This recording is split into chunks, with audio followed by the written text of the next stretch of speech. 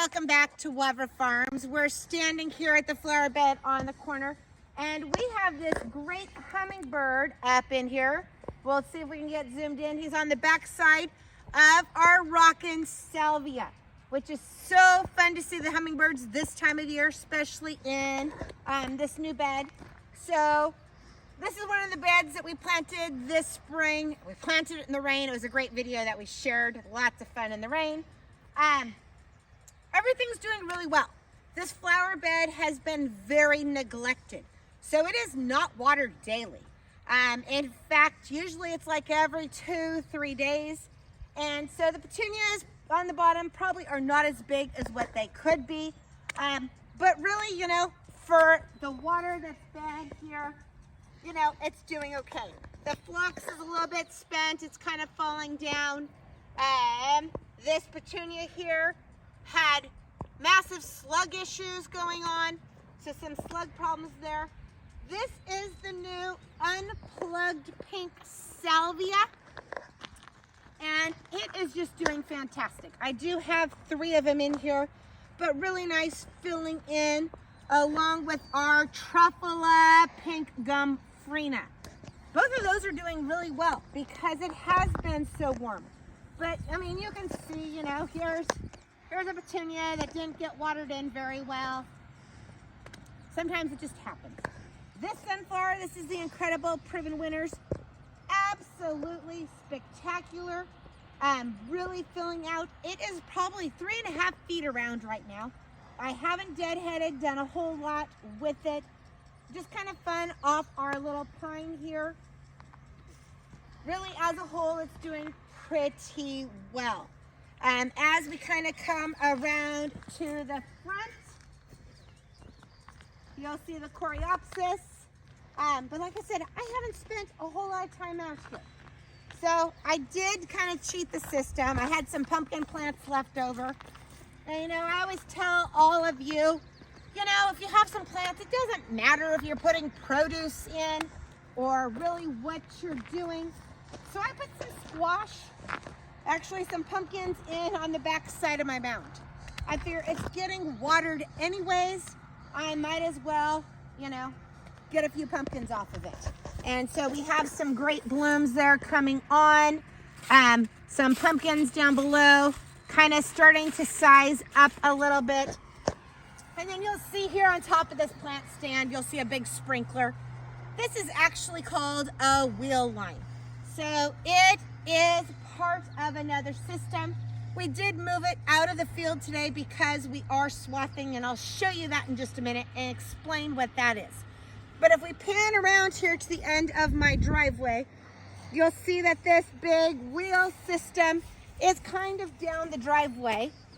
And what it does is water comes through it, and then there's sprinklers on it, and it does irrigate. So instead of having to go out at night and pick up the pipe and move the pipe, we can wheel this to the next spot and it will irrigate. So that's kind of how we've been irrigating right here along the driveway and this flower bed. Whenever my husband's irrigating a different section of the farm, I've been running this. So that's why it hasn't been getting watered on a regular schedule. It's kind of when he needs water for different spots of the farm, that's when we do it. So this here is the farm part of our operation, and that's why I thought I'd talk about briefly today. So I'm standing out here in the middle of a grass field, and this is a ryegrass field, and I believe it's a perennial rye. And so this is usually what you see like in your grass seed mixes. So when you buy your grass seed at the store, chances are it could be one of ours, or it could be, you know, one of our other farmer friends. I mean, grass seed shipped all over the world, so it's hard to say, but this is what it is used for.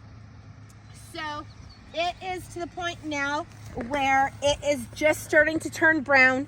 And we've actually, the boys have been pulling samples, cooking it in the microwave. You know, I mean, not only do they cook their pizza for lunch, but we cook grass seed in the house just to see what the moisture levels are to decide, is it ripe enough to harvest? And so now that we know that it's ripe enough, we're coming through with this big machine that's going to be coming behind me.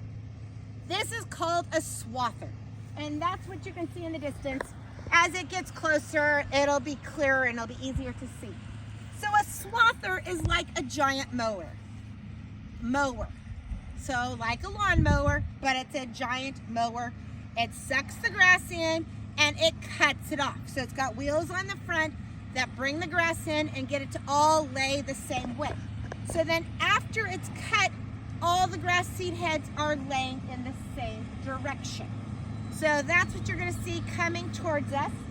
We'll let him get a little bit closer, we'll see it. We'll let him go by.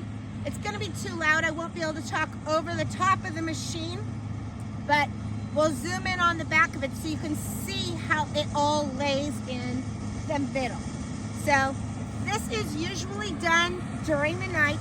We are still early enough in the morning that there's a lot of dew on the field, and so we're still able to cut it at this time and keep the grass seed all intact.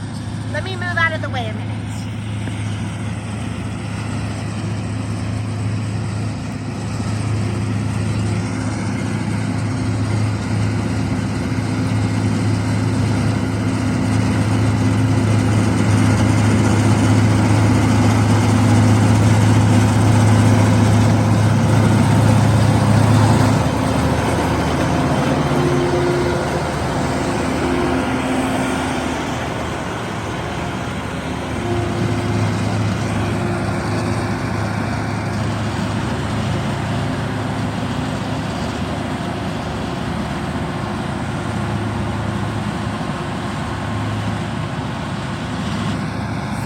You can see all the grass is coming out the bottom of that swather.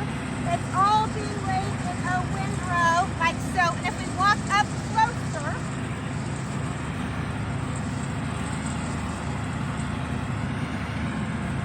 you will see that all the grass is laid this way. So all of the seed heads are at the top. So that way it's all gonna dry, the seed heads are together, and when we come through with the combine, it's easier to pick up, and then when the combine does the thrashing to get the seed off the stems, it's a very efficient process. So we'll show you that when that happens. That should be happening in about 10 to 14 days, depending on the weather this next week. Anyways, thanks so much for watching. Like I said, subscribe to us if you haven't. We're fairly new, but I hope that you learned something today. Have a great day and happy gardening.